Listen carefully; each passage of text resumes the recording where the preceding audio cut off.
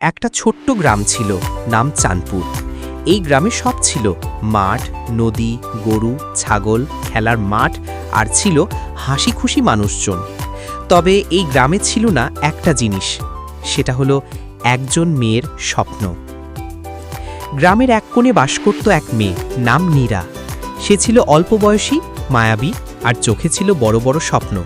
কিন্তু গ্রামের সবাই বলতো, মেয়েরা শহরে গিয়ে কিছু করতে পারে না, ওদের রান্নাঘরই সবচেয়ে বড় জায়গা। এই কথা শুনে নীরা কষ্ট পেত। ওর মন বলতো, আমি পারব। নীরার বাবা ছিলেন একজন কৃষক, মা ছিলেন গৃহিণী।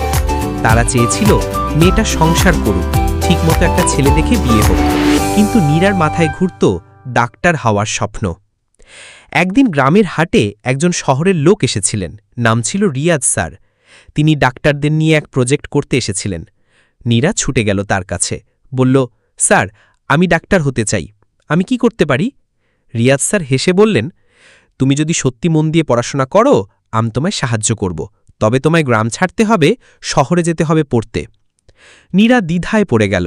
গ্রামের বাইরে সে কোনোদিন যায়নি। বাবা মাও বললেন, মেয়ে হয়ে একা শহরে অসম্ভব। তবুও নীরা হার মানল না। সে রাতের পর রাত পড়তে লাগল, গ্রামের স্কুলে সেরা রেজাল্ট করল। অবশেষে একদিন সে শহরের মেডিকেল কলেজে চান্স পেল। বাবা মা বাধা দিলেও রিয়াজ স্যার কথা দিলেন, আমি ওর দেখভাল করব। শহরে গিয়ে নীরা অনেক কষ্ট করল। নিজে রান্না করত, পড়াশোনা করত, রাত জেগে মেডিকেল ক্লাস করত। প্রথম দিকে অনেকেই তাকে বলতো, তুমি গ্রাম থেকে এসেছ, তুমি পারবে না। কিন্তু নীরা সবাইকে ভুল প্রমাণ করল।